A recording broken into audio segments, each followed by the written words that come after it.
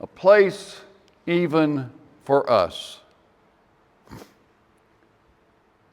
There is, therefore, now no condemnation. I have said these words from pulpits.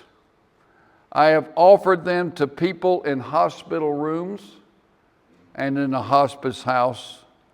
I have brought them to people waiting in the parking lot for a meeting they could not bear to enter. And yet I have not always believed them for myself. This is not a confession of faithlessness. It's more a confession of something more common and much more stubborn. A wound that reaches and teaches us to protect it, to keep it exactly as it is. Why? Because we no longer know who we are without it. I cannot tell you exactly when the wound was made. Well, actually I could, but I won't. What I will tell you is this. It was made before I had the words for it, before I knew that a child could be taught without a single lesson that he was not quite enough. It was not made in a single moment. It was made the way water shapes stone, slowly, consistently, and without the stone's permission. And the child learned. Children always learn what they're taught, even when no one intends to teach it, even when the one doing the teaching believed they were doing something else entirely. By the time I was old enough to question it, the lesson had already become architecture. I had built my life inside of a floor plan I did not design, never knowing there was an outside. I remember one time standing alone in my bedroom. I saw myself older than I was then, standing before people, speaking. I don't remember what I was saying. I only knew it mattered and that people needed to hear it. I crossed the hall to the bathroom and looked at myself in the mirror, and I was ashamed that I had imagined such a thing, and I buried it there. I did not understand Samuel's story until much later. A boy asleep in a temple, not chosen for his merit, not vetted for his worthiness, simply called by name in the dark. I could not see myself in that boy. Samuel did not ask, he answered. I assumed that God wanted boys like him, not me. I had been taught that boys like me were not the ones God called. We were the ones God tolerated. Every Sunday, I rode in the car as we crossed the tracks, and my family stopped at the curb and dropped me off, and they circled back toward home, alone, until I opened the door and went in, and the church became what home had not been. A pat on the head when I was small, hands on my shoulder as I grew. I was their boy. That is what they called me, their boy. My Sunday school teacher was a retired educator. He had once taught my mother math. Earnest, occasionally boring. And he taught us one thing above all others. He said to us, I would rather a millstone be tied about my neck and be cast to the bottom of the sea before I ever hurt one of you boys. I believed him. I believed all of them. Why wouldn't I? They had earned it Sunday after Sunday. The songs that I tried to sing, the words I tried to understand, the balcony where I felt for reasons I couldn't name that I was somehow held. The church was like a mother to me. Eventually, I became a young man, home from college, still in church, still their boy. And then one day, I sat in an arena with 10,000 other people who had come because they believed they were about to receive something they needed. The man in front spoke with the same authority that I had been taught to trust. I had been taught that those who claimed it would rather drown than harm me. What I received was this: the wound that I had carried since childhood was not merely my failure. I heard a verdict. God had seen. God had weighed. God had found me wanting. And the door, the small man in the dark suit made clear, was not locked against sinners. Grace was for sinners. It was locked against those who had sinned again after they had already been forgiven. I did the math, still in my seat near the others. I had crossed that line more times than I dared fully count. 10,000 people sat in that room, believing themselves among the faithful, and I sat among them, believing I was the one who did not belong there at all. I drove home in the dark. Before that night, I found myself knocking at the door, hoping for grace. I stopped knocking.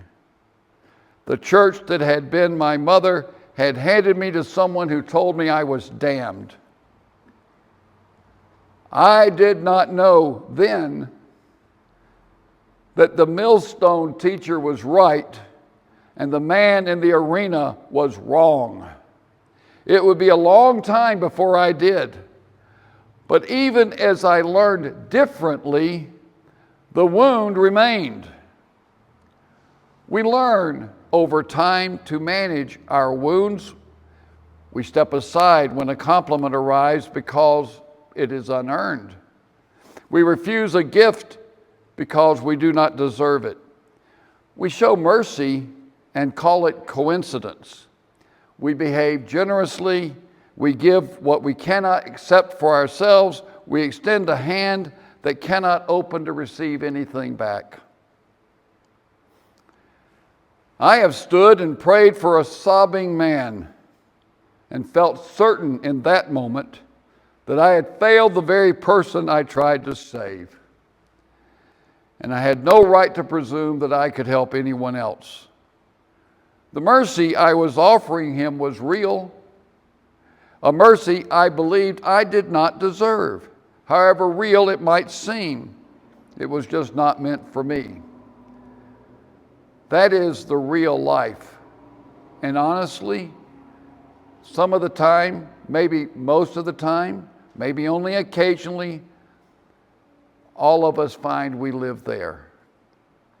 We were told the door was locked, and we stopped knocking. We built furniture in the hallway, and eventually we forgot there had ever been another room.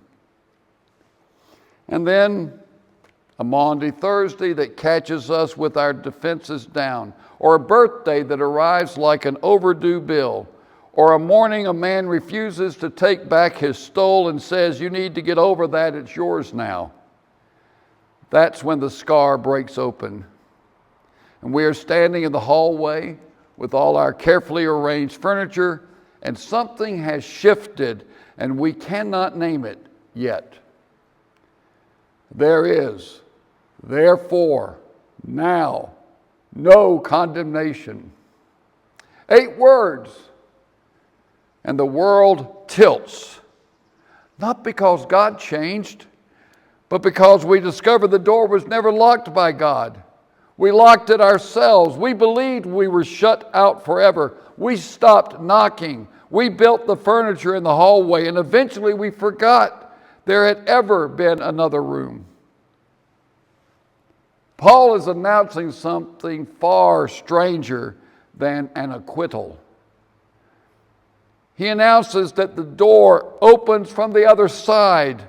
It is always opened from the other side. It was never locked from that direction.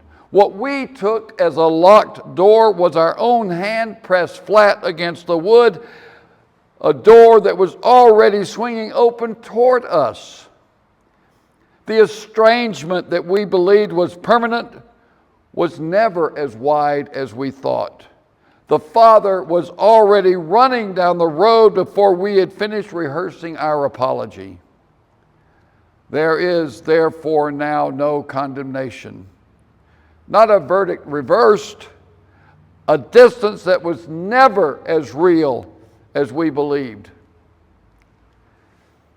I did not arrive at this Sunday morning by argument. I arrived at it the way I arrive at most things, being caught off grace before I had a chance to refuse it. 3 weeks ago, in that room, I asked Carlos if I might borrow a stole. I was worried because none of mine might match the wedding colors for a wedding I was to perform the next weekend. He did not wait a day. He came back in minutes and handed me this one. He said, "This is my creation stole." And I marveled at it. From the heavens to the earth. What a thing to lay across the shoulders of a man preparing to stand before two people who were themselves together creating something new.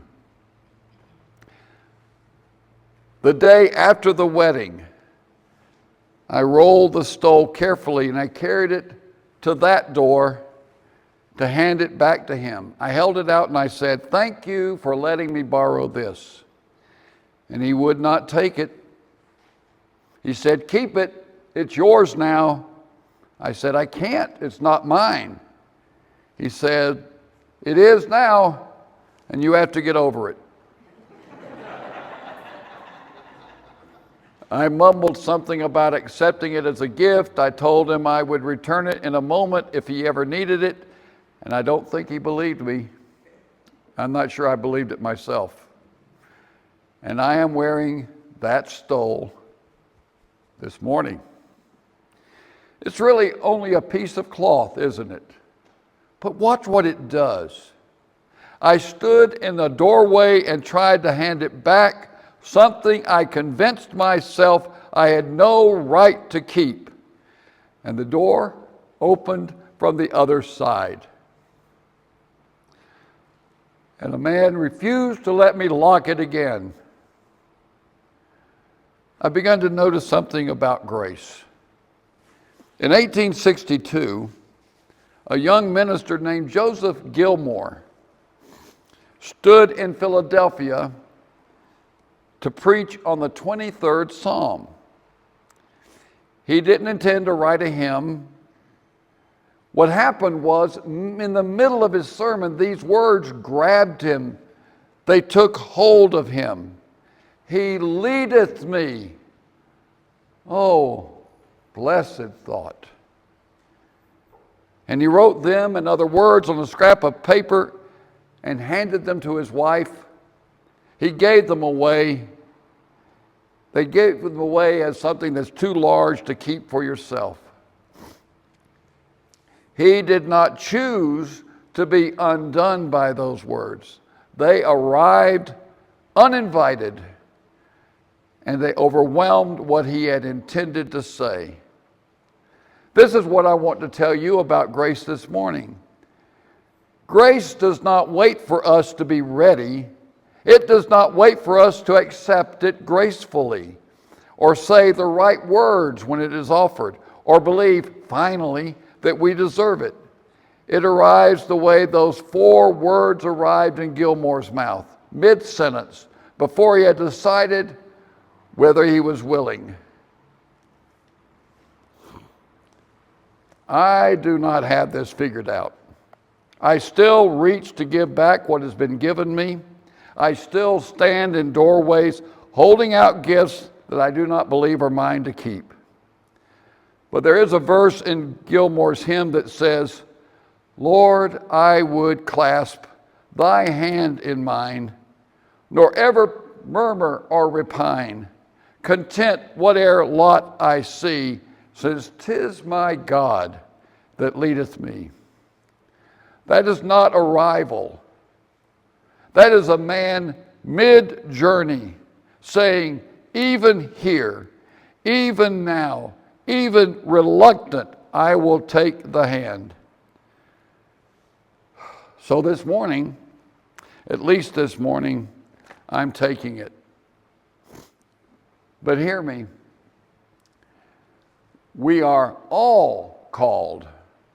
Not some of us, not the worthy, not the clean, or the ones who qualify, all of us. And what we are called to is not a task or a role or a title. It is communion. To be with God and with each other without condition. And that is the truest vocation that there is. It is the fulfillment of existence itself.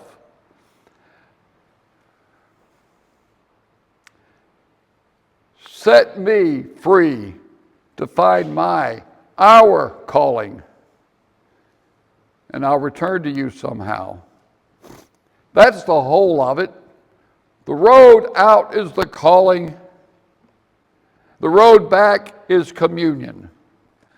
And they were never two different journeys. Grace makes room, not only for me, for us. In the film, Places in the Heart, set in the Depression-era Texas, a woman's husband is murdered early in the story. By the end of the film, she has fought to keep her family and her land together against every hardship the film can throw at her.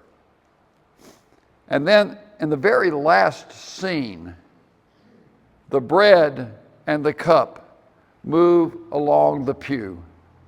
And the camera lets you see who is sitting there. The living and the dead. The murderer and the man he murdered. No explanation is offered. No one is asked to forgive first or to believe correctly first or deserve it first. The table simply includes them because that is what this table does. I think of that scene when I look at any pew in this room. People who cannot agree on what this country should become will pray at the same table this morning. People who have hurt each other or would, given the chance, do so, will receive the same bread from the same loaf, torn from the same place. Not because we agree, not because we have earned it more than someone else, but because this table does not ask what we required of each other before it asks what God requires of us. If the table only holds the people we approve of, it is not the Lord's table. It's ours. And I don't think it's ours to keep that small. Will you? Join me in prayer. God, who never locked the door, forgive us the years we spent building furniture in the hallway, certain we had shut ourselves out by our own hand. Thank you for those who would not let us hand back what you have already given, for gifts we tried to refuse and could not, for doors that opened from the other side. Make us this morning like the man who wrote of being led without knowing where the leading would take him. Let us take the hand even here, even now, even reluctant, and widen the table, Lord, as you have always widened it. Let us come as we are, divided, imperfect, unfinished, to the one meal that has never once asked us to agree before it fed us. Amen. We're going to sing in a moment hymn number, and I got to look it up, 537. 437. Thank you for the typographic correction. 437. But before we do, he actually wrote those down in the parlor of the home they were visiting and handed them to his wife, not expecting to see them again, probably thinking she might enjoy them. Several years later, he and his wife were visiting another church, and as he walked in the door, he heard the words of the song with his words. He never learned that his wife had sent these words to be published and to be composed into the hymn you and I are going to sing this morning. What a moment of grace. Let us sing as such.